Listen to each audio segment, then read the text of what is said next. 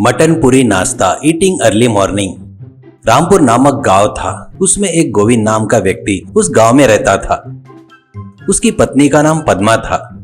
गोविंद जो भी काम करता था उसमें उसे कभी सफलता नहीं मिलती थी। इस वजह से गांव में सभी लोग गोविंद को निकम्मा कहकर बुलाते थे, जिससे वह हमेशा दुखी रहता था। गोविंद को एक बड़ी इच्छा थी कि वह कोई व्यापार करके और खूब पैसा कमाए। गोविंद ने अपनी पत्नी पद्मा से कहा, इस गांव के सभी लोग कहते हैं कि मैं कुछ नहीं कर सकता और मुझ पर हंसते हैं। मैं हर हाल में महान बनना चाहता हूँ ताकि एक दिन मैं उन पर हंसूं जो आज मुझ पर हंसते हैं। ऐसा कहा। पद्मा ने जवाब दिया, अरे सुनो, हमें कोई ऐसा व्यापार करना चाहिए जिससे इन लोगों को सबक मिले। उसने पूछा कि कौन सा व्यापार करना चाहिए। तभी उसको विचार आया कि गांव में एक भी नाश्ते की दुकान नहीं है। जो पंडित जी का होटल है वहाँ का नाश्ता बिल्कुल अच्छा नहीं होता, खासकर उस पूरी के बारे में कुछ कहने की जरूरत ही नहीं है। ऐसा कहता है। पद्मा ने सहमति देते हुए कहा, आप सही कह रहे हैं। पंडित जी के होटल का नाश्ता अच्छा नहीं होता, लेकिन गांव में एक ही होटल के कारण सबको वही खाना पड़ता है। आपका विचार तो बहुत अच्छा है, पर हमारे पास होटल शुरू करने के लिए पैसे तो नहीं है ना। यह सुनकर गोविंद भी सोचने लगा। तभी पद्मा अंदर गई, तिजोरी खोली और अपने मायके से मिले कंगन और गहने लेकर बाहर आई।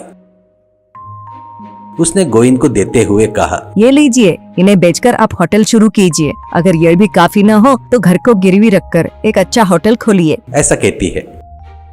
यह सुनकर गोविंद ने अपने पत्नी को गले लगा लिया और कहा, अगर तुम्हारे जैसी पत्नी मेरे साथ है तो मैं जरूर सफल हो जाऊंगा। ऐसा कहता है। अगले दिन बिना देर किए गोविंद ने सड़क पर एक झोपड़ी जैसा होटल शुरू कर दिया। उसने उस पर गोविंद ढाबा स्टाइल होटल का बोर्ड लगाया।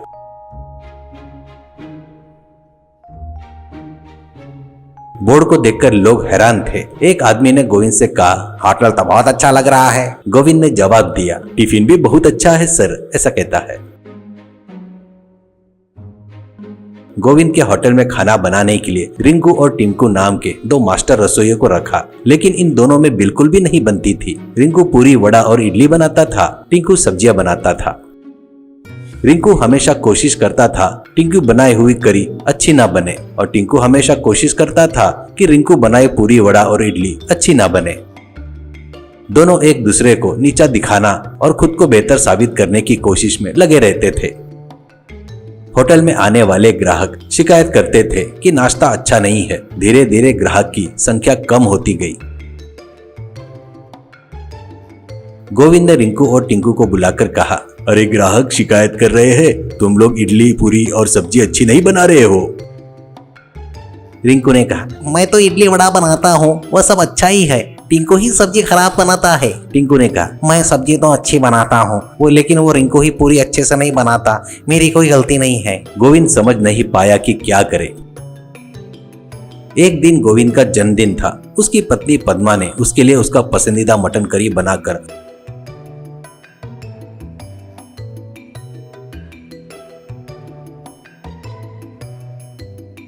होटल में लेकर आई। होटल में कम ग्राहक थे और रिंकू टिंकू एक दूसरे की शिकायत कर रहे थे।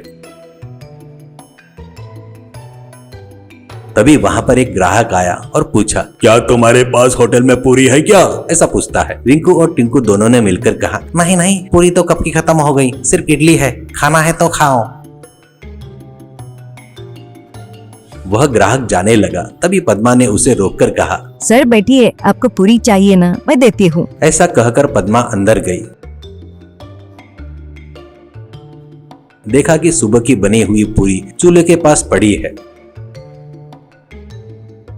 उसने वही पूरी ग्राहक को लाकर परोस दिया। ग्राहक ने थोड़ी सी पूरी का टुकड़ा खाया और कहा, अरे वाह, यह पूरी तो बहुत अच्छी है। इसे कहाँ बनाया गया? यह बहुत बढ़िया है। और आगे कहा, इस पूरी के साथ मटन करी होती तो और भी मजा आता। ऐसा कहा। पद्मा ने तुरंत जवाब दिया, सर मटन करी भी है, क्या मैं परोसूं? ऐसा कहा।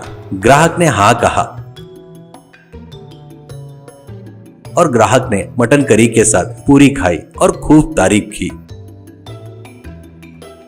और उसने पैसे दिए और चला गया। यह सब देखकर गोविंद और पद्मा को एक नया विचार आया। उन्होंने तुरंत रिंकू और टिंकू को बुलाया और कहा, तुम्हारी अब यहाँ कोई जरूरत नहीं है, तुम जा सकते हो।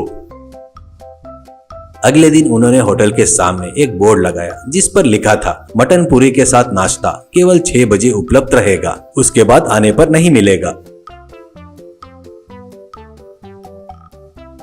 यह देखकर गांव के लोग हैरान हो गए। ये क्या, सुबह 6 बजे मटन करी पूरी का नाश्ता? लोग एक एक करके आने लगे और नाश्ता करने लगे। सभी लोग इसकी खूब तारीफ की। इस तरह गोविंद का सुबह का नाश्ता पूरे गांव में बहुत मशहूर हो गया। गोविंद और पद्मा को अच्छी शोहरत मिली, उन्होंने खूब पैसा कमाया और वो सफल बन गए। अब उस गांव के लोग जो गोविंद को पहले ताने मारते थे, अब उसकी तारीफ करने लगे।